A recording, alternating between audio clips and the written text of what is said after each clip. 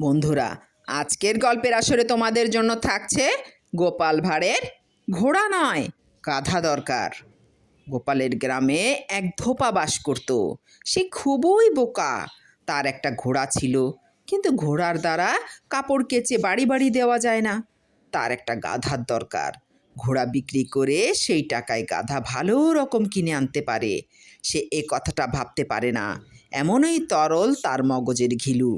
গোপাল অনেক কাজ সমাধা করে দিতে পারে লোকের মুখে শুনে সে গোপালকে গিয়ে ধরল। গোপাল দাদা, ও গোপাল দাদা, আমার এই ঘোড়ার দরকার নেই, একে গাধা বানিয়ে দাও।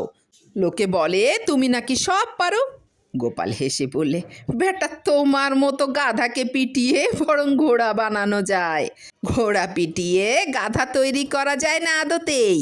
গোপালের কথা শুনে সে গজরাতে গজরাতে এই বলে বাড়ি ফিরল যে, তুমি সব করতে পারো, কিন্তু ঘোড়া থেকে গাধা তৈরি করতে পারো না। তবে তুমি কিসের সব ঘোড়ার ডিমের কাম করো? তবে তোমাকে এত লোক খাতির করে কেন? গোপাল এই কথা শুনে মুচকি মুচকি হাসতে লাগলো।